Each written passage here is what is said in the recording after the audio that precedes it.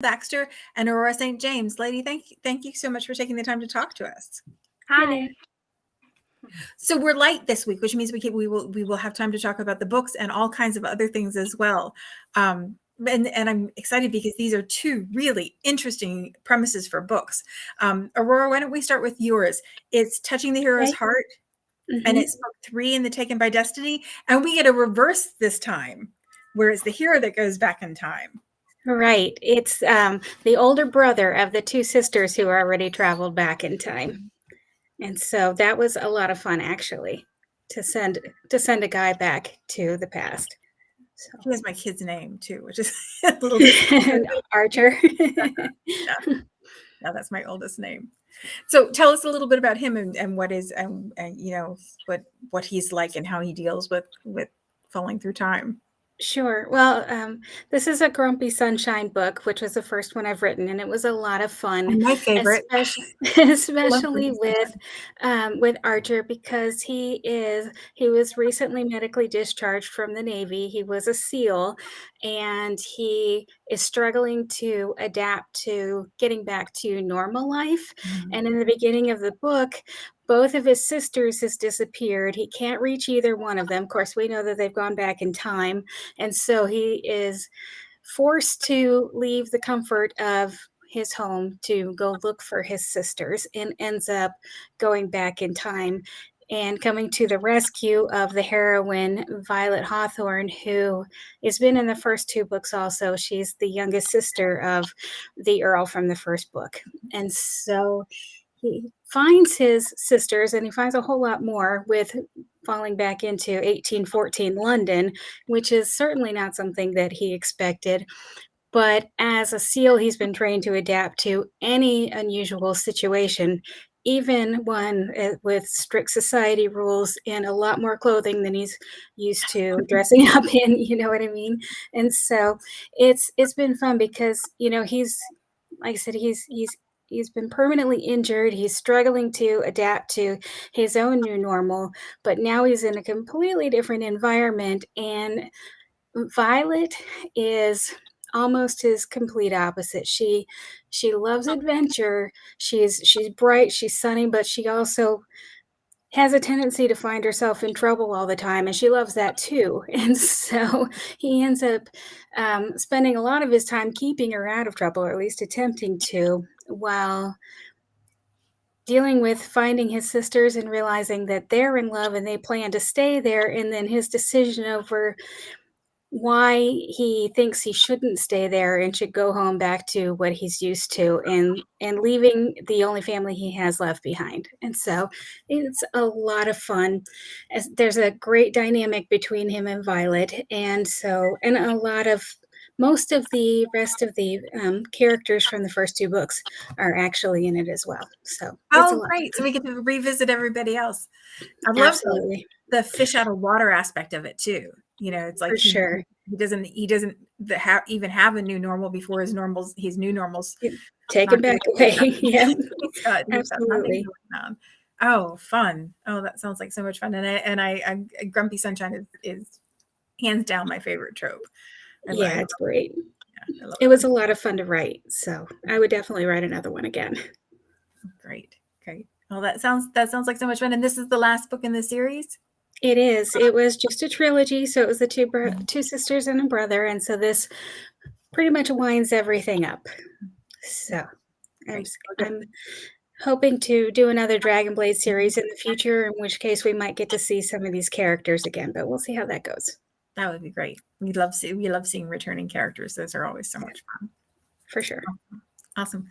So the other book that we have releasing this week is Alyssa's book, and it's The Lord and the Lady Astronomer, and it's book 3 in the Grantham Girls series. And this is part of the Sweet Dreams line. So if you don't like to read steamy, if you prefer to leave things to your imagination, Sweet Dreams is the line for you, and this is the book for you. Alyssa, can you tell us a little bit about this one?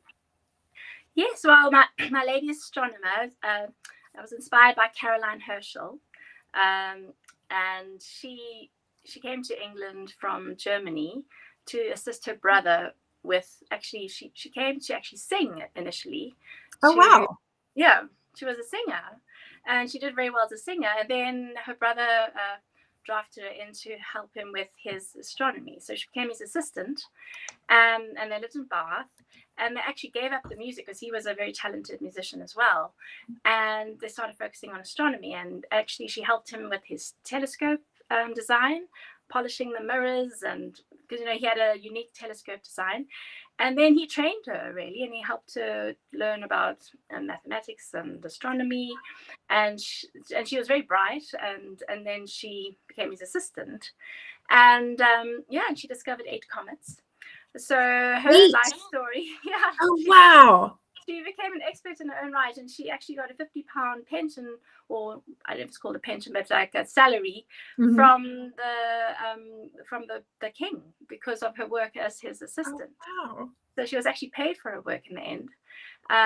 Very, very interesting story about her. And then, so my heroine, her brother actually drafts her in to help him with his astronomical calculations.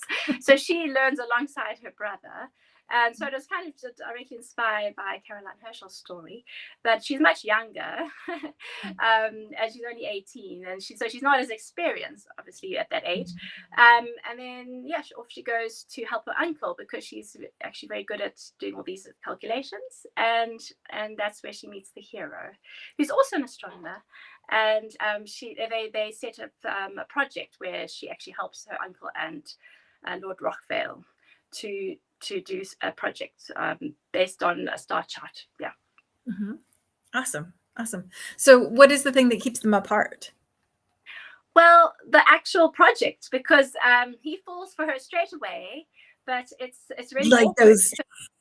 She's like, she kind of sees him as a little bit dull and sensible. I was actually playing around a little bit with the whole. He has a cousin who's the rake, and he's seen as a sensible one. And I wanted to actually, kind of play with the whole theory. Everyone always wants a rakish hero, and I thought, let me see if I could make the so-called sensible hero more attractive than the rake. So that's what I have, and will she see his worth? And so the actual project keeps them apart because he knows it'll be very awkward if he pursues her, and then they have to work together for 3 months on a project, and they can't escape each other. So he's very gentlemanly, and that actually keeps them apart initially. Oh, lovely. So we have the long, slow burn, and he falls first. It's like both of those are so much fun. So I like it when I like it when he falls first. I think that she gets a little bit more choosing and a little bit more agency in the thing. Yeah, I enjoyed writing that because he's straight away, and she takes a while to kind of think, oh, maybe he's quite interesting. Yeah. And this is also the last one in the series, is that right? Yes, 3 sisters. They're all scientists. The first one was a horticulturist or gardener. Second one's a chemist, and then the astronomer. Yeah. Do we get to see the other sisters in this book at all? Yes, so they all come back. Oh, good. Yeah, which is nice at the end of a series together. Yes. Yeah. I think those are fun to write. Like when you write families and you get to bring everybody back and you get the dynamic of okay, now they're bringing their partners into the family as well. I always think that those are fun writing things. So. Yeah, no, it was enjoyable to tie it all up. Yeah. Well, awesome. Well, those both sound great, and I'll make sure I put the links in the comments. So if you haven't gotten them, you can get them right away. And as I said before, Alissa's book is in the Sweet Dreams line. So if that's your preference, then that's available to you. And Aurora, yours is steamier, is that right? It is, yeah. But Alissa sounds really good. Yeah, I thought I remembered that from the. But I never really read time travel, but it does sound very interesting. Thank you. Well, I thought since we had extra time and since we had time travel, that maybe we could talk about that a little bit instead of just talking about writing this time, because I love the idea of what happens, the reverse hero throwing the hero back into time. But I think we always think of ourselves kind of in that role and what we would miss and what we would need to have and how, like how we would move through space. Is there something in particular, like what would you really want to bring back with you? What would you miss the most, aside from your family, obviously? Yeah. That's a good question. I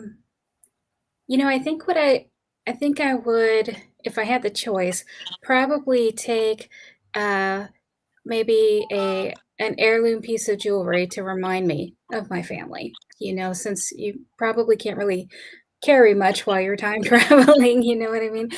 That's I would probably take something like that. Anything else that you would wanna take, like, I don't know, deodorant probably wouldn't last long, right? So, Chewing gum. I'd want to take chewing gum. there you go. Cling to your toothbrush for dear life. Yeah, exactly.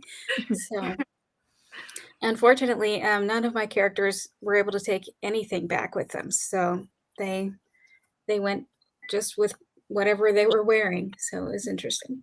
So I was remembering the scene in Outlander when she goes back and she's wearing a summer dress. And when the soldiers find her, they assume that she's undressed because she's just wearing like a summer dress. How do you Mhm. how do you put your head in the right place to figure out what's going to happen to these people that you've just taken from the 21st century and thrown back into time, and how they're going to like just outfit yourself is a big deal. And what do you do for money? And like it's logistics on top of logistics. Absolutely, and all of them found themselves in that, relying on other people Mhm. initially, the people that found them there to basically clothe them, to borrow clothing. In fact, that's something that gets Archer back, when he's there, he's like, "Okay, well, I will just camp out here at home until I figure out a way to get back. You guys go to the social parties, I'll stay here," But Mhm. then his sisters end up getting him to leave the house by saying, "Well, do you wanna keep wearing, this other person's clothes, or do you want your own?" And so that's one of the ways they get him out of the house. But yeah, they're totally dependent on other people, and I think each of them struggle with that. Mhm. I think we all would struggle with that Yeah. for a bit, because if you go there and you have nothing, you obviously can't continue to wear what you're wearing until you find your way back home or you decide to stay, and that's challenging when you're an independent person, Mhm. and all of these people are independent really, because that's our society right now, Yeah. so Yeah, and you wouldn't have any way to buy anything to eat or no. handle anything. Yeah. No. So you are dependent solely on whoever is around you, and you hope for the best that those are good people, right? Because Mhm. otherwise you're really in trouble. Yeah. So Yeah. Alyssa, if you got thrown back in time, what would you want to take with you? Definitely the toothbrush and the deodorant. Two things I'd have to. And toothpaste, obviously. Yeah. I think you could kind of come up with something that would work as a toothbrush, but the Mhm. toothpaste would be hard to like. Yeah, they used to have tooth powder, but I Mhm. wasn't quite sure exactly how that worked, and yeah, probably not very I think well. they just rubbed it on their teeth with, like, a coarse cloth, you know what I Yeah, mean? yeah. I think They used to sell my girlfriend and I when we were I guess 14, 15 because we couldn't drive yet. Used to ride our bikes downtown to there was a little herb shop in the middle of the downtown and they sold licorice sticks and apparently you used to chew on the licorice like the actual stick, the wood. You chew on the licorice stick and use that to make a toothbrush because when you chew on it, it makes like little fiber kind of things, which we of course tried because that's the kind of kids we were. Mhm. You had to put splinters, like splinters into your teeth because they don't Licorice is good for your on teeth. the Wow. stick. It's also meant to be good for your teeth, licorice, actually. Mhm. Yeah, I read that somewhere. I think that's one of the way they did, but it was not nearly as satisfying as the toothbrush and mint toothpaste. So, Right, for sure, and, a medication, when mhm. you like, Archer is injured and he's relying on pain medication and he doesn't have any of that, so Oh my how do goodness. you Oh, I didn't deal with even think about that. how do you deal with Chronic pain. pain Mhm. and especially immense pain, Yeah. so, like, I get migraines, so I don't even know what I would do if I ended up having to go back a couple 100 years. Yeah. Oh, wow. Yeah. I didn't realize when you were talking about him being injured that he was still dealing with the right now effects of the injury. That Mhm. that would be a whole different thing. And the idea that like the finding his family there too. Because I think one of the hard things is like not knowing the rules of anything. At least that way you'd have like a little bit of a guide. Somebody could Absolutely. So help sort through it. So, Alyssa, you wrote about scientists in all of your books, lady scientists in all of your books. Was science something that you were drawn to as a kid, or were you drawn to the historical figures more? Well, biology, I enjoy biology. I didn't particularly enjoy science, the physical science. So I had a lot to learn, let's just say. It wasn't something I was very familiar with because, well, biology, but not chemistry, astronomy. So yes, I had to educate myself, let's just say. The character that your heroine is based on, or the woman that your heroine is based on, not the character. Yeah. Did you know about her to begin with, or is she someone you came across when you were researching for the book? I already knew about her because she's pretty well known, and just I think a lot of writers do know about Caroline Herschel because she was such a prominent woman scientist. And I've done a lot of research for my other books, so I came across her quite a few times. But it was interesting to read just like more about her and how innovative she was and very clever. Yeah. Mm-hmm. Yeah. The idea of discovering 8 comets is not an insignificant thing. Exactly.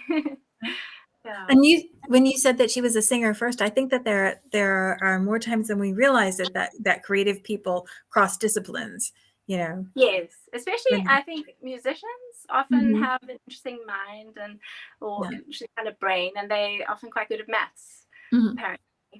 So I think that the way her mind already was naturally inclined, and she probably just managed to that kind of brain was able to then master astronomy as well. Do you do a lot of research before you write your books? Yes, so much, because I have to understand it, and I'm like, I don't before. I'm like, well, I have a vague understanding, but not enough to actually make something credible. Yeah. And a lot of people who do know a lot more, I'm sure, than I do, and I can't get the facts wrong. But what is helpful is that I come in as a novice, but that's what I need to almost be in the 1800s, because I can't bring the 21st century knowledge of astronomy or chemistry to the 1800s, because I think it would maybe make it harder for me in some ways, because I'd had preconceived ideas. But I come in almost, I must say, quite uneducated, and then I read what they would have learned. And because I always studied like more languages and history. I wasn't really interested in studying sciences, so I actually feel like I've educated myself quite a bit, but at the level of an 1800s lady. Mm-hmm. Yeah. Well, and that makes sense that there's something about that innocent is the wrong word, but that idea of discovering alongside makes it, I think, more compelling for the reader too, because they get to discover it alongside too. Yeah, and it just feels quite fresh to me too, because I'm like, wow, and I was amazed at how much they knew. And I actually feel a little bit embarrassed had I thought that in those days it was detailed text written for women, even about astronomy. They had a book aimed at women, like about astronomy and also chemistry. Like they were totally averse. They wanted women to know about it, but not necessarily obviously to pursue it as a profession. But it was considered as part of like a natural, like one of the subjects in natural philosophy, and they wanted, it was considered almost an accomplishment to understand astronomy as more of an art almost than a science back then initially, and then it became more of a profession later on. Yeah. Well, the other part's easy to understand because we've been looking up at the skies since, well, for as long as they've been us, we've been looking up at the skies and making pictures out of them and telling stories about the pictures and those kind of things. So it makes sense that it would be one of those sciences that kind of bridges across. Yeah, indeed. Awesome. So I know you said that you do a lot of research for your books. Do you find a way to cut yourself off? Do you get the characters first? Do you get the story first? Do you? Yeah, well, I have to get the story first because I have to come up with a 1-page synopsis. But beyond that, I kind of research the subject and then I come up with an idea. But I don't meet the characters properly until they're on the page. But luckily, I'd met Abigail before in the other 2 books, so I knew her character already. So it was quite easy just to launch into the story. But generally, I'm like, I have a vague idea, and sometimes I had an outline, and then she didn't want to do what the outline said. So I was like, oh dear, I really have to be quite creative to actually make the story work, because she didn't want to do what I had planned for her to do. Always inconvenient when they don't follow along. Yeah. Very. Aurora, what about you? Do you get your characters first or your story first, or how do you get the genesis of the idea? It's almost always the character first, followed by the story, and the characters, they come pretty easily to me, and then they start talking about their story, and then I can kind of develop the plot from there. And I do a lot of research beforehand, but also a lot during the writing process because like Alissa said, sometimes your characters do not want to stick to the plan, which definitely happened in this book. And I ended up doing a lot of research on the fly because we're in a place I never expected to go to in Oh, order wow. to. So it's fun though, but I love my characters. They always feel like family. So especially Mhm. closing out this trilogy, it was a little Yeah. hard because it's like saying goodbye to friends, right? Yeah. So Yeah. Yeah. That is a thing, that the saying goodbye to them. And there was a study, I think it was a Jennifer Lynn Barnes study ages ago, where she talked about our feelings about characters versus our feelings about real people, and how characters become so real to us that in some ways they're more real than people that we would just casually meet that we know are real people. And I think that idea, when you live with somebody for 3 books, they're your friend. definitely. Like they're They people. are. Yeah. Yeah. So it's barely November, and I hesitate to say that out loud because October went so fast. I'm afraid November is going to go just as fast. I would like for it to slow down, please. But here we're getting ready to gear up we're not getting ready to gear up. Some of us are in full swing for NaNoWriMo. Are either of you doing that, or are either of you writing? No? No, no. I tried once, I failed miserably, and I find that if I stick to my own schedule, I end up being more productive than trying to force myself into something, else. Yeah, I've never done it, and I'm very slow in the beginning. I really am. I can't make myself write faster, and I take a long time, like maybe half the book, and then I speed up at the end. And so, yeah. So maybe if I'd written half the book already and I had half the book to go, I could do it, but I couldn't do it from scratch. I just can't force it to come faster than it comes to me. Yeah. Is that because you need to take time to get to know the characters, or is I it a don't know. I plot think it's just my brain. It's just annoyingly like slow in the beginning. I think I am getting to know the characters, and I'm also trying to grapple with the plot.